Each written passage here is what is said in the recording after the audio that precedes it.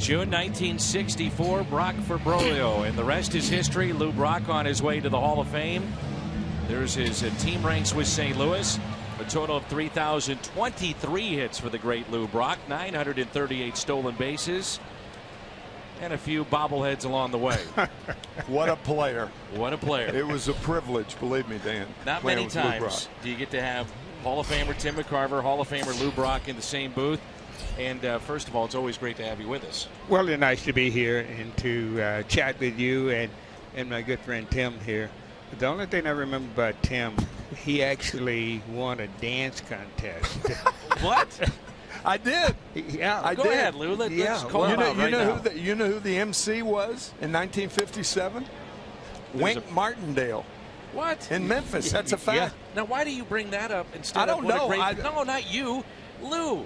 What the great things that Tim did. Because You're bringing up a dance contest? I think Tim can't dance. Now, Tim, when you think of Lou Brock, what comes to mind? Oh, too many things. I've never seen anyone accelerate after one step faster than Lou Brock.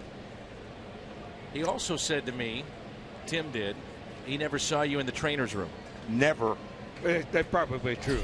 I came to the big leagues and I had a groin muscle pull, and I didn't want anybody to know. And it took about 2 years before that could heal. By the time I had enough courage to walk into the trainer's room, that groin muscle had healed, and I was in St. Louis. And, man, all of those quick start that I've been missing in Chicago actually started to manifest itself here in St. Louis. The big question I know that fans have always talked about and wondered, why did it click in St. Louis and not Chicago? Why did it happen here with the St. Louis Cardinals? I think it had begun to happen in Chicago. My last 3 or 4 weeks there, I probably was the hottest hitter in baseball. Average went from 230 to 240, so nobody's watching. So that's why they couldn't see that kind of a thing. In the early June, I get early June, from middle of May to middle June. Yeah, because you're traded on June 14th. That was a trading right. deadline. About 2 weeks prior to that, I really pounded the ball better than 400. I never knew that. Yeah, and then it just kept it up because now I was able to hold my own in the big leagues. Yeah, you said in our speaker series you had figured it out about 2 weeks prior to the trade to St. Louis. You had figured out who Lou Brock was as a player. Well, that's true, and Tim knows this, that we players sometimes have to reach a point where we now know we can play with these guys, and that happened to me about 2 weeks before. So, the mental part of it, you were right. so strong mentally, Lou.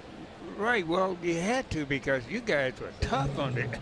You know, Dan, I get traded to the Cardinals, and they looked at me as a Cub player. They said, we the St. Louis Cardinals, and Brock, you stand over there.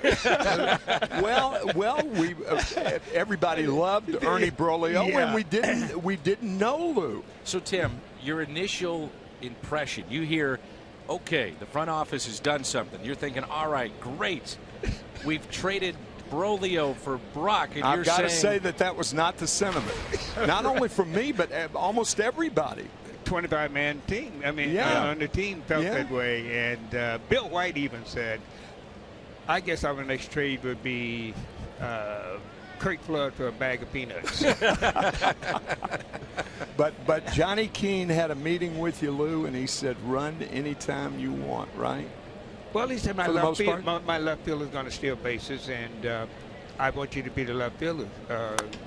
Can you steal bases? I said, no, but I can play left field.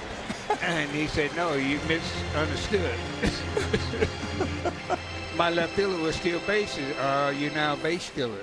Yes, sir. So that's how it's happened. And he gave you the right to run all the time, and you changed the game in that regard. Maury Wills had stolen 104 bases in '62, was the MVP in the National League, and you helped elevate, and not only helped elevate it, you were for a decade, as far as base running was concerned, until Ricky Henderson came along. You were the man. Well, you got the confidence. Remember, I just said these guys in St. Louis, I was not their teammate. I was just on the team. And like the manager gave me the green light, and then he tells me to tell those players where to go. And I came out of there, and I told them all.